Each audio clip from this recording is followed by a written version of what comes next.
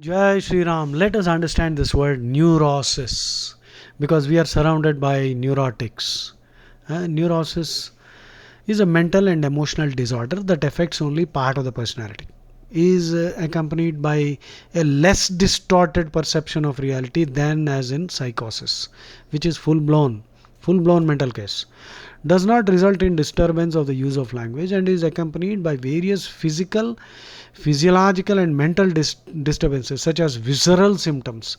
Visceral means deep feelings, strong emotions, anxieties or phobias. Now neurotic means a person who is affected with a neurosis. Okay. Over anxious, neurotic about punctuality. In Telugu we use the word chadastam. Neurotic about punctuality.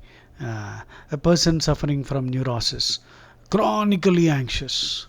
Now look at the thesaurus. This is the free dictionary. Mental case, psychoneurotic, claustrophobe. Uh, yeah, cannot tolerate closed spaces or a lift also, in an elevator. Hysteria, obsessive compulsive personality disorder. Continuously says the same thing, nags you with the same thing, and repeatedly says that it does the same thing. So OCPD, obsessive compulsive personality disorder. But remember, all great achievers are neurotics, but they channelize their neuroticism into the right direction. That's why they become super achievers. Have you channelized your energies and anxieties into the right direction? Then you are a successful neurotic. Every neurotic who channelized his energy becomes a great achiever. Otherwise, you become a pain for yourself, a nuisance for yourself, and a Suleimani Kida for everyone else. Psychopath, sociopathic personality. Hmm? Diseased, sick, neurotic, totally screwed up fellow, psychoneurotic. And look at this word unneurotic, not neurotic. Successful mothers with unneurotic children. He is the most unneurotic person I know. Hey, funny expression. Now let us look at some quotes. Carl Jung's quote, this one I love. I have frequently seen people become neurotic when they content themselves with inadequate or wrong answers to the questions of life. If you satisfy yourself, hmm, if you are content with inadequate or wrong answers to the questions of life, you will become a neurotic. See the desert cults, these Abrahamic cults. So you will find all of them are neurotics. A million different neuroses you can find in them. They seek position, marriage, reputation, outward success of money, and remain unhappy and neurotic even when they have attained what they were seeking. Why? That's why Bhagavad Gita is the cure to all neuroses. Such people are usually confined within too narrow a spiritual horizon. Their life has not sufficient content, no sufficient meaning. If they are enabled to develop into more spacious personalities, then the neurosis will generally disappear. Awesome. Carl Gustav Jung, he was influenced by Bhagavad Gita. He studied Upanishads. So, here's another quote. The difference between a neurotic and a psychotic and a psychiatrist. The neurotic builds castles in the air, the psychotic lives in them, and the psychiatrist is collecting the rent. Okay. So, these are some nice quotes, isn't it? Jai Shri Ram. Or are there some more? Neurosis is the inability to tolerate ambiguity. What a wonderful thing. Sigmund Freud. That's true. Hinduism teaches you, Bhagavad Gita teaches you that there is ambiguity, uncertainty. You cannot know everything. Athava bahunaitena kim jnatena tava arjuna vishtabhyaham idam krutznam ekanshena sthito jagat. Krishna says in the Bhagavad Gita, what will you do if I tell you the whole thing? I run the whole show with a minute fraction of my energy. What are you going to do with all this information? It simply means not knowing is also okay. There are some people who are so neurotic, when they are asked a question for which they don't have an answer, they will bullshit. This is stupid. Honestly reply, I don't know, Baba. Not all know. In fact, none knows everything. And there's no one who knows everything, isn't it? So we all don't know so many things. So let us respect each other's knowledge, but let us be reasonable, rational. Don't subscribe to stupid criminal dogmas and think that you are going to heaven. You are making a hell here for yourself and for others also. Perfect neurotic, isn't it? So Sigmund Freud rightly said, neurosis is the inability to tolerate ambiguity. Ambiguity will be there, tolerate it. Live this 24 hours. God has given you 24 hours. Every day you get up in the morning, be thankful. So many people did not get up, they died in their sleep. You are lucky. You have one more 24-hour package given to you. You can do so much. Do as much as you can. Feel that yes, you have lived a good life, worthwhile life. Not a parasite or not someone who causes pain and suffering to others. Tolerate ambiguity. There will be ambiguity. There is no guarantee, certainty anywhere. The uncertainty principle of physics operates in life too.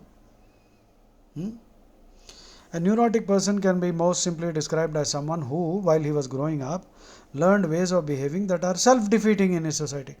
Self-defeating behaviors, dysfunctional behaviors. You can see killing animals, killing insects, killing lizards, killing everywhere, and behaving like a bloody idiot, wasting resources on stupid activities which are not going to yield anything useful. But these rituals, people are extremely ritualistic and continuously indulging in meaningless rituals and wasting resources and causing a pain for themselves and everyone else. Is God such a mean idiot? Can God be a bigger idiot than you? Idiots unfortunately drag God to their level. God must be more intelligent than all of us, isn't it? Why would he need anything for that matter? That's why Krishna says, Patram Pushpam Phalam Toyam Yo me bhaktya prayachati Tadaham bhaktyupahrutam ashnami prayatatmanah. If you want to give me patram, leaf, pushpam, flower, phalam, fruit, toyam, or a drop of water. What do you mean by drop of water? Krishna is saying, give me a drop of water. You mean to say he doesn't have water there? It indirectly means you cannot give me anything. If at all anybody can give anything, it is me, I can give you something. So Ramakrishna Paramahamsa, that is why he says, we must force our demands on God. What can we give God? The only thing you can give God is your heart, mind and soul. That means you will dedicate yourself to the welfare of mankind, because the whole of mankind, all creatures, every living being, even plants and trees, are all Krishna's family. So if you help my family, would I not be friendly with you? So help Krishna's family and gain Krishna's favor. You don't have to slit necks of goats and chicken. And what kind of a bloodthirsty God is that? He's a psycho. He is not God. God can't be like that. Just think for a minute. How can God be like that? Disgusting God. These are self-defeating behaviors. You are wasting all your time. I see people doing bhajans 24 hours. What is the use? Did Krishna do bhajan, Rama do bhajan? They were working. You should work. Work is the way to salvation. Wasting time for hours together sitting and doing bhajans and prayers, that's meaningless. Even if you pray 1,000,000 times, God is not going to give you anything that you don't deserve. And if you deserve something, He will give it to you, even if you don't ask for it. That is true religion. Otherwise you become a bloody neurotic and a nuisance for everyone. Think about this. This is the essence of Bhagavad Gita. Just now I told you. Don't become a neurotic. Neurotic also, no, even when you tell him, they will not listen. They will have this psychological resistance. They feel that if I listen to somebody, I am somehow losing my freedom. Arey, you are already following rubbish. Some idiot told you that he is a god and you are following. You are worshipping tombs and graves and Chand Miyas and Jupiter Miyas, Bonda Miyas. You are already following rubbish and you are already listening to some crap. These Babas were not mentioned in the Bhagavad Gita. These Babas are not mentioned in Vedas, which are the oldest books of the world. United Nations has accepted that Rig Veda is the oldest book.